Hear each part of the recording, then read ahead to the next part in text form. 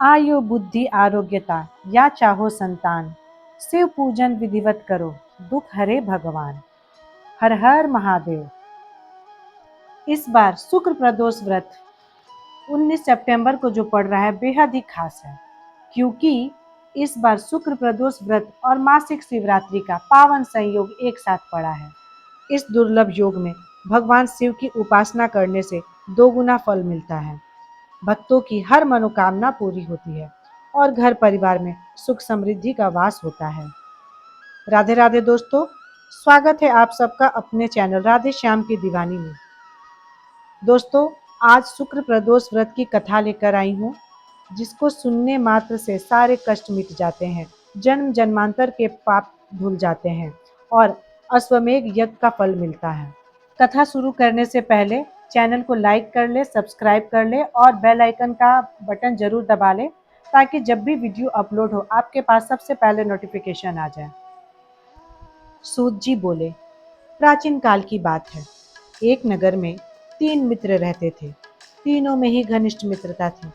उनमें एक राजकुमार था, तो दूसरा ब्राह्मण पुत्र और तीसरा सेठ का पुत्र था। राजकुमार व ब्राह्मण पुत्र का विवाह हो चुका था और सेठ पुत्र का गौना होना था। एक दिन तीनों मित्र आपस में स्त्रियों की चर्चा कर रहे थे। ब्राह्मण पुत्र तभी बोला, नारियों की प्रशंसा करते हुए, कि नारीहीन घर भूतों का डेरा होता है। सेठ ने यह वचन सुनकर अपनी पत्नी को लाने का तुरंत निश्चय किया। सेठ पुत्र अपने घर गया और माता पिता से अपना निश्चय बताया। उन्होंने बेटे से कहा कि शुक्र देवता डूब गए हैं। इन दिनों बहू बेटियों को उनके घर से विदा कर लाना अच्छा नहीं माना जाता, अतः शुक्रोदय के बाद तुम अपनी पत्नी को विदा कर लाना।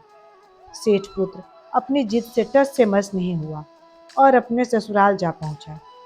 सास ससुर को उसके इरादे का पता चला। उन्होंने भी इसको बहुत समझाने की कोशिश की, किंतु वह नहीं माना। उन्हें विवश हो अपनी कन्या को विदा करना पड़ा। ससुराल से विदा होकर पति पत्नी नगर में बाहर ही निकले थे कि उनकी बैलगाड़ी का पहिया टूट गया और एक बैल की टांग टूट गई। पत्नी को भी काफी चोट आई। सेठ पुत्र ने आगे चलने का प्रयत्न जारी रखा। तभी डाकुओं से भेंट हो गई और वे धन धान लूट कर ले गए। सेठ पुत्र पत्नी सहित रोता पीटता अपने घर पहुंचा। जाते ही उसे सांप ने डस लिया। उसके पिता ने वैद्यों को बुलाया।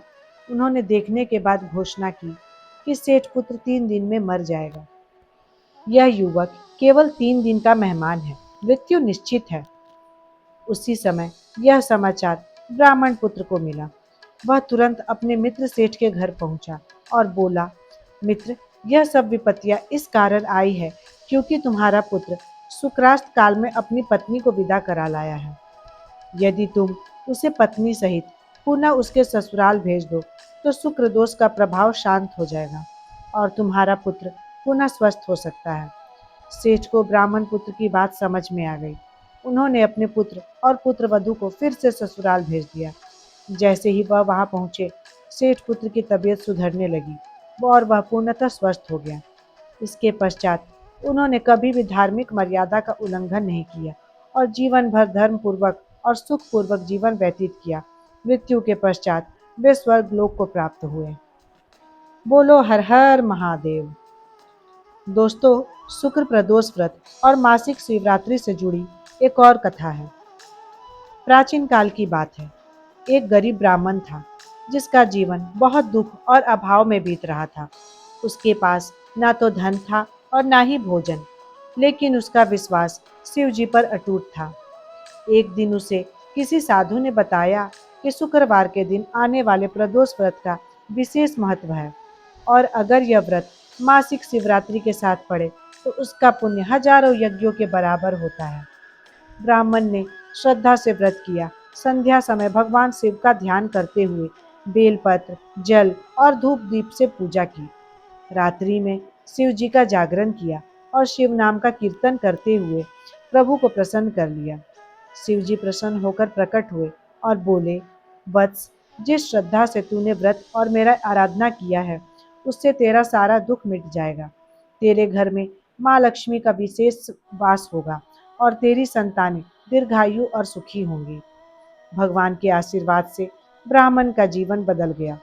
उसी दिन से यह मान्यता बन गई कि जब शुक्र प्रदोष व्रत और मासिक शिवरात्रि साथ आए तो उसका फल असंख्य गुना बढ़ जाता है।